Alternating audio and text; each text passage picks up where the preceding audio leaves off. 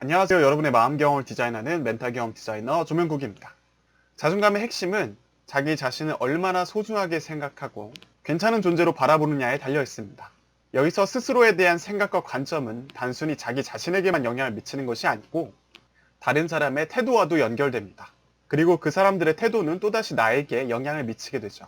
이렇게 되는 이유를 알기 쉽게 이해할 수 있도록 그림을 통해서 사고의 흐름을 보여드리도록 하겠습니다.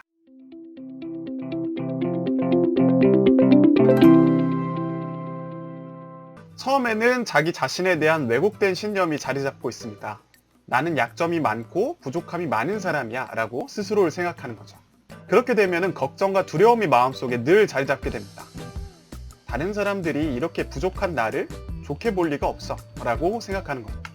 그럼 우리는 불신, 의심, 냉소, 그리고 불안을 갖고 사람들을 대하게 됩니다. 또 사람들이 별로 궁금해하지 않았던 약점을 미리 보여주게 됩니다. 이렇게 약점을 보여주는 이유는 사람들이 혹시나 나를 과대평가해서 내게 큰 의무나 부담을 질 수 있으니까 미리 나의 약점을 말해서 그렇게 고평가하지 말라라는 태도에서 나온 거거든요. 그렇게 약점을 얘기합니다. 그러면 사람들이 이렇게 불신, 의심, 냉소, 불안을 갖고 대하고 약점까지 얘기하니까 실제로 이 사람이 별로 좋지 않은 존재, 부족한 존재, 약점이 많은 존재로 바라보게 만듭니다. 왜냐? 그렇게 말했고 불신과 의심, 냉소, 불안이 태도에서 드러나니까요. 여러분도 한번 생각해보세요. 초반에 어떤 사람이 나에 대해서 되게 의심하고 불신하고 말을 잘 섞으려고 하지 않고 불안해한다고 하면 그 사람이 편해 보이진 않잖아요.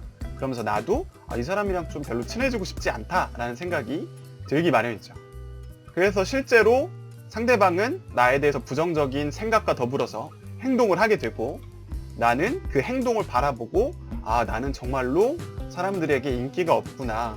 나는 별로 좋지 않은 존재구나. 저렇게 생각하는 거 보니, 저렇게 행동하는 거 보니 이렇게 생각하게 됩니다.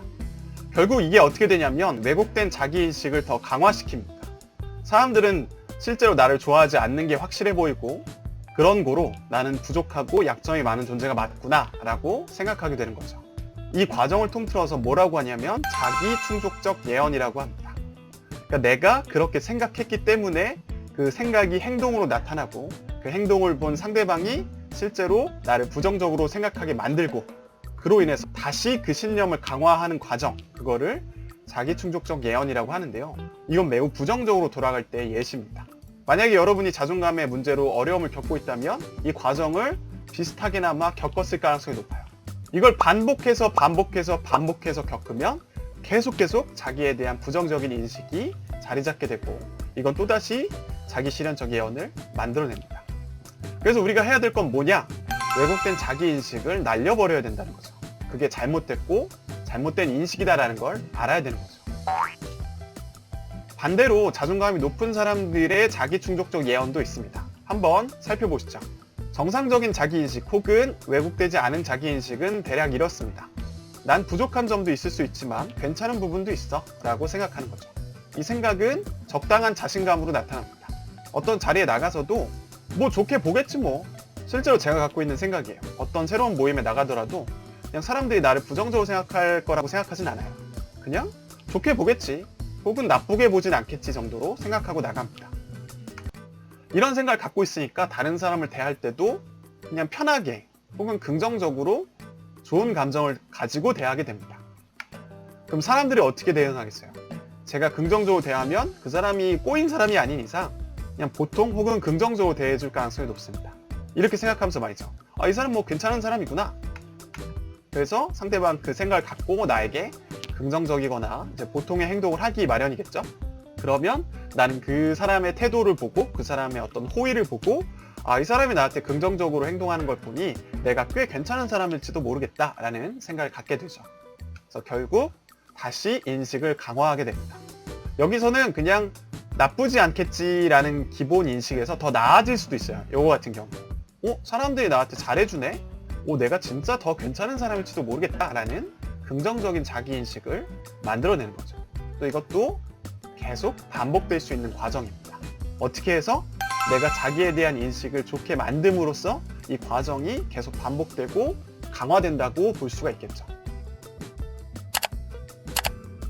이처럼 자기 자신에 대한 신념, 그리고 태도는 다른 사람한테 영향을 미치고 그 영향에 따라 상대방은 나에 대한 행동으로 보여주게 됩니다. 그 행동은 나로 하여금 긍정적인 사람으로 인식하게 만들 수도 있고 부정적인 인식을 하게끔 만들 수도 있습니다. 이 모든 건 나의 왜곡된 신념 혹은 긍정적인 신념에 의해서 만들어진 것이죠. 그러나 문제는 자기에게 이런 부정적인 신념이 있다는 것도 이 신념으로 인해서 다른 사람한테 영향을 끼치고 있는지도 모르는 사람이 상당히 많다는 겁니다. 이를 제대로 인식하지 못하는 경우에는 사람들에 대한 피해의식으로 발달할 수가 있고 사람들이 모두 나를 공격하려고 준비하는 것처럼 느껴지기도 합니다. 늘 강조하는 얘기지만 사람들은 나한테 별로 관심이 없어요. 몇몇 나에게 부정적인 행동을 일부러 하는 사람이 있기는 하지만 문제가 계속 반복된다면 그 문제의 원인은 다른 사람들에게 있기보다는 나한테 있을 가능성이 높습니다. 슬프게도 우리는 이 세상의 중심이 아니에요. 모두가 나를 긍정적으로 보거나 모두가 나를 공격하려고 준비하고 있지 않습니다. 나는 이 전 세계의 일원일 뿐이거든요. 이를 해결하기 위해서는 아까도 말씀드렸지만 이 왜곡된 신념을 없애거나 바꾸는 과정이 필요합니다. 다시 말해서 자존감이 왜 낮아졌는지에 대한 제대로 된 탐구가 필요하다는 얘기죠. 여러분은 이 영상을 보고 믿기 힘들 수도 있지만 여러분은 부족한 존재가 절대로 아닙니다.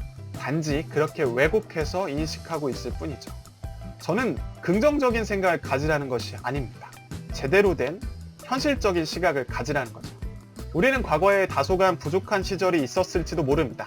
그러나 지금은 다른 선택을 할 수 있고 우리는 달라질 수 있습니다. 네, 오늘의 영상은 여기까지고요. 이 영상을 보고 계신 여러분들은 아까 말씀드린 두 가지 사고의 흐름 중 어떤 사고방식의 흐름을 가져가고 있나요? 댓글로 많은 이야기 나눠주세요. 오늘의 영상이 마음에 드셨다면 좋아요와 구독 그리고 알람 설정까지 해주세요. 그럼 안녕!